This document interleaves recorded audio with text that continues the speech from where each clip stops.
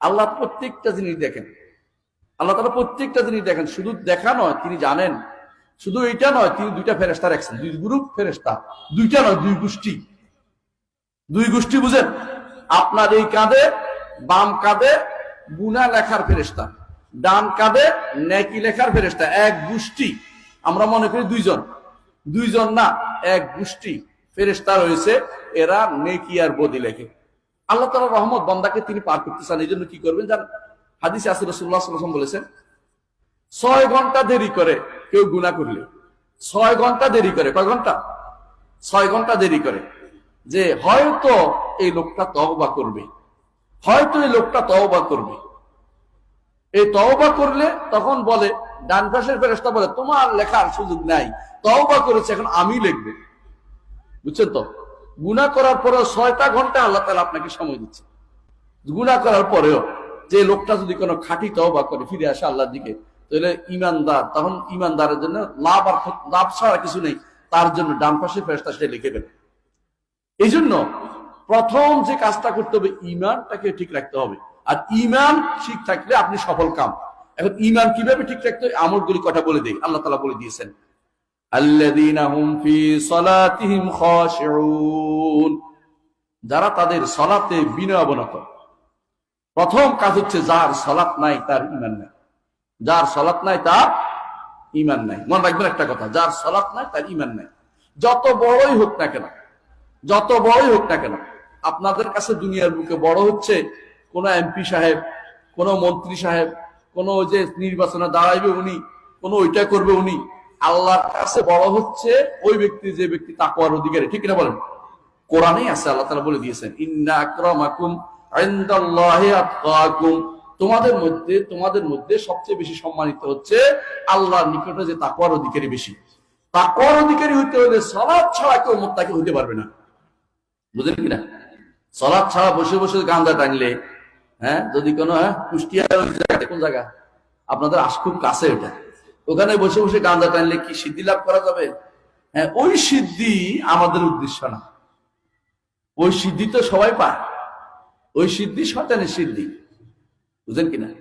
আমার তো সিদ্ধি লাভ উদ্দেশ্য না, আমার জান্নাত লাভ উদ্দেশ্য। সিদ্ধি লাভ দিয়ে আমি কি করবো? আমার তো জান্নাত পেতে হবে। জান্নাতকে সবসময় মাথায় রাখতে হবে, জান্নাত পেতে হবে, যে কোনো মূল্যে আমার জান্নাত পেতে হবে। এই কথা সবসময় মাথায় রাখতে হবে, জান্নাত আমার পেতেই হবে। জান্নাত পেতে হলে জান্নাতের কাজগুলি করতে হবে। এর মধ্যে প্রথম হচ্ছে ঈমানের পরে প্রথম কাজ হচ্ছে সালাত। আর মনে রাখবেন, সালাত ঈমানেরই একটা অংশ। সালাত ঈমানেরই একটা অংশ। দলিল হাদিসে আছে, আবু যর রাদিয়াল্লাহু আনহু বলেন, ইয়া রাসূলুল্লাহ, আল্লাহর আমাকে একটা আমল দিন, যে আমলটা আমাকে এমন একটা কাজ দিন, যে কাজটা সবচেয়ে বেশি উত্তম কাজ। কি বলছে? কাজ, আমল, এটা আমল দিন। রাসূল বলছেন, ঈমানুম বিল্লাহি ওয়া রাসূলিহি, আল্লাহর উপর ঈমান এবং রাসূলের উপর ঈমান। ঈমান তাহলে আমল কিনা বলেন? ঈমান একটা আমল। ঈমান আমলের মধ্যে, ঈমানের পরে বাহ্যিক জিনিসের প্রমাণ কেমন হবে? ঈমান আনছেন, অনেকে বলে ঈমান আনছে, প্রমাণ হবে সালাতের মাধ্যমে। যাকে মসজিদে পাওয়া যাবে না, তাকে আপনি ঈমানদার বলতে পারবেন না, কোনদিনই বলবেন না। কাফেরও বলেন না, কিন্তু ঈমানদারের সার্টিফিকেট দিতে পারছেন না। সার্টিফিকেট দিয়ে এক কথা, আর মরে গেছে জানাজা দিয়ে আরেক কথা। কিন্তু সালাতে আসে নাই, জানছেন যে সালাত পড়ে না, জানাজাও পড়তে পারবেন না। যদি আপনি জানেন না ঈমানদার কিনা, সালাত পড়ছে কি পড়ে না, তার জানাজা পড়তে পারবেন। জেনেছেন যে সেই ব্যক্তি সালাত পড়তো না, তার কিন্তু কোনো জানাজা হবে না, কারণ জানাজার জন্য সালাত জরুরি। এই জন্য আল্লাহ তাআলা বলছেন, সালাত শুধু পড়লেই হবে না, সালাত তো পড়তেই হবে ঈমানের জন্য। তবে আমলের জন্য হচ্ছে আল্লাযীনা হুম ফি সালাতিহিম খাশিউন, সালাতের মধ্যে বিনয় থাকতে হবে। বিনয় বুঝছেন? বিনয় হচ্ছে আপনি অহংকারী হবেন না। সালাতে দাঁড়াইছেন অহংকারী হয়ে নয়, সালাতে দাঁড়াইছেন চিন্তা করে যে আমার রব্বুল আলামিন আমাকে দেখছেন, আমি যা বলছি তা শুনতেছেন, আমি রুকু করতেছি তার জন্যই, আমি সেজদা করতেছি তার জন্যই, আমি তার জন্যই এত কথা প্রশংসা করতেছি। আমি যখন কথা বলি, আমার রব এর উত্তর দেন। আমি কি কথা বলি? আলহামদুলিল্লাহি রাব্বিল আলামিন। অর্থ হচ্ছে আলামিন, জগতের যে রব, জগৎ কাকে বলে জানছেন তো? আমাদের সমাজে আছে তিন জাহান কিছু না। জগৎ মানে হচ্ছে সৃষ্টিকুল, সবটাই জগৎ। পুরা সৃষ্টিকুলের রব হচ্ছেন আল্লাহ। তার জন্য আমি তার প্রশংসা করছি। এই কথার উত্তর কি আল্লাহ দেন কিনা জানেন কিনা? আল্লাহ দেন। আল্লাহ কি বলেন? আমার বান্দা, আমার দাস আমার প্রশংসা করলো। আল্লাহ আকবার। প্রত্যেকটি মানুষের কথার জবাব আমার আল্লাহ তাআলা দেন, প্রত্যেকটি মানুষের।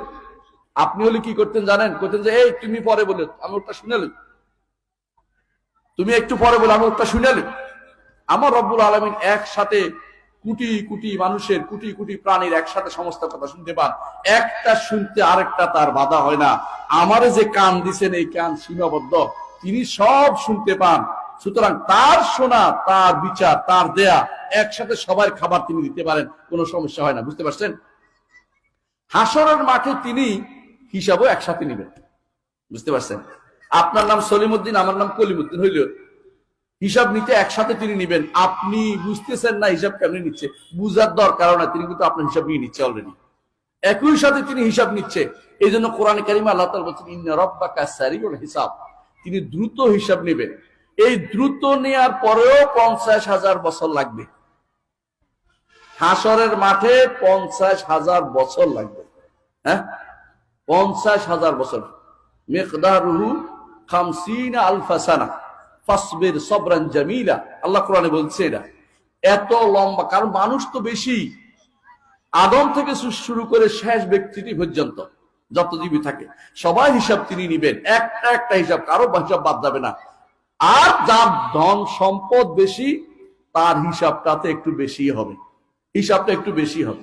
এই জন্য রাসূলুল্লাহ সাল্লাল্লাহু আলাইহি ওয়াসাল্লাম বলেছেন আমার উম্মতের মধ্যে যারা গরিব আছে এরা 500 বছর আগে, 500 বছর আগে এরা ধনীদের 500 বছর আগে তারা জান্নাতে চলে যাবে।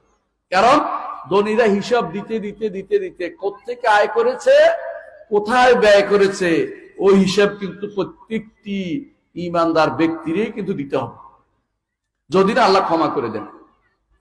কিছু শ্রেণী আল্লাহ তাআলা বিনা হিসাবে জান্নাত দিবেন। এদের ভিতরে যদি না পড়েন তাহলে হিসাব দিতে দিতে শেষ। রাসূলুল্লাহ সাল্লাল্লাহু আলাইহি ওয়াসাল্লাম একদিন বসা ছিলেন, আয়েশা রাদিয়াল্লাহু আনহা পড়তেছেন, বলতেছেন আল্লাহুম্মা হাসিবনি হিসাবান ইয়াসীরা, আল্লাহ আমাকে সহজ হিসাব দিন। কে বলতেছে এটা? কে? আয়েশা রাদিয়াল্লাহু আনহা। বুঝছেন তো? রাসূলের প্রিয়তমা স্ত্রী। রাসূল বললেন যে আয়েশা তুমি কি জানো সহজ হিসাব কি জানো? না ইয়া রাসূলুল্লাহ জানি না তো। সহজ হিসাব হচ্ছে সামনে দেখাবে এই বেটা তুমি এই কাজ করেছ, করেছি, যা পার হয়ে যাও, এটা হচ্ছে সহজ হিসাব। বুঝছেন তো? মান্নুকে শাউদ্দিবা, যাকে জিজ্ঞাসা করাবে এইটা কেন করছো, এইটা কেন করছো, ওর আযাব ছাড়া কোনো গতি থাকবে না। বুঝছেন কিনা? আপনি একটু চিন্তা করেন তো, এই গত কয় বছরের মধ্যে ফজরের সালাত কয়দিন জামাতে পড়েছেন দেখি, কয়জন মানুষ দেখি তো। আমি গত 1 বছর পুরা জামাতে পড়ছি বলতে পারবেন কয়জনে?